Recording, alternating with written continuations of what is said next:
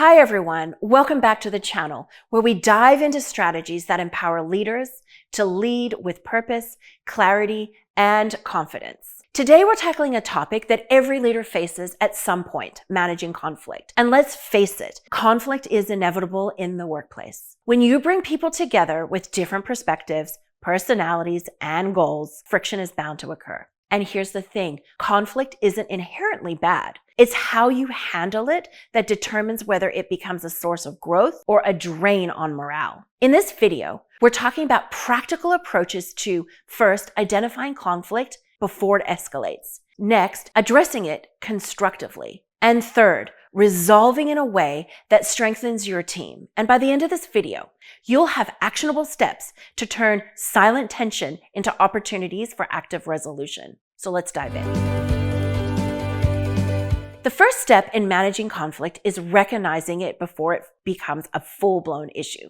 Silent tensions often go unnoticed until they explode, leaving leaders scrambling to pick up the pieces. Here's a few signs to watch out for. Watch out for nonverbal cues. Are team members avoiding eye contact with each other, crossing their arms constantly in meetings, or sitting far apart from each other in meetings? Next, communication breakdowns. Is someone suddenly quiet during discussions or resisting collaboration? Then there's decline in productivity. Are deadlines slipping because unresolved issues? Now, as a leader, your job is to notice these subtle shifts and dig deeper. It is about creating a culture where people feel safe bringing issues to you early. Schedule your regular check-ins with your team, both as a group and one-on-one. You want to ask open-ended questions. How are things going in your role? Or is there anything you're finding challenging right now? This creates space where small tensions can surface before they start to spiral. Once you have identified conflict, it's time to address it head on. Avoiding it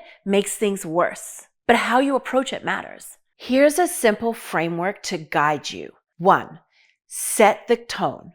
Create an environment where everyone feels respected. Start with a neutral opening like, I've noticed some tension around said issue, and I'd like us to work through it together. 2, listen actively. Encourage each person to share their perspective without interruption. Your role is to listen, not to take sides or solve the problem immediately.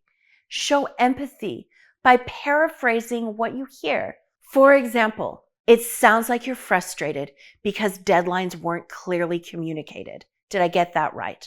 And 3, focus on the issue, not the person. Frame the conflict as a problem to solve together instead of you didn't do your job. Say, let's figure out how we can ensure everyone gets the support they need to meet deadlines. Then 4, encourage collaboration. Ask for input from everybody involved.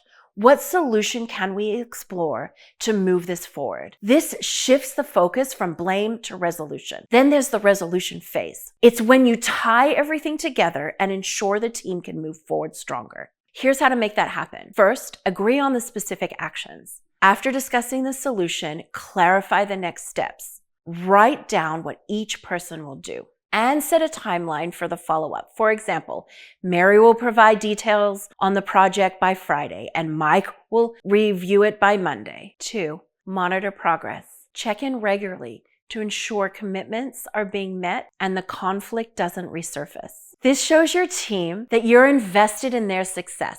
And 3, reinforce trust. Take the time to rebuild the relationships. Celebrate the small wins and recognize positive behavior. For example, I really appreciated how you both worked together to find a solution. That's what teamwork is actually about. And here's a tip.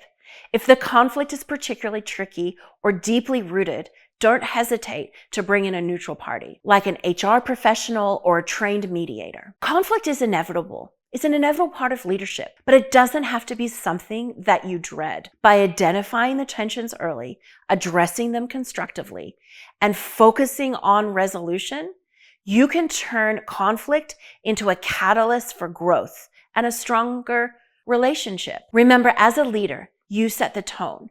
When you model active listening, empathy, and collaboration, your team will follow suit. Now it's your turn.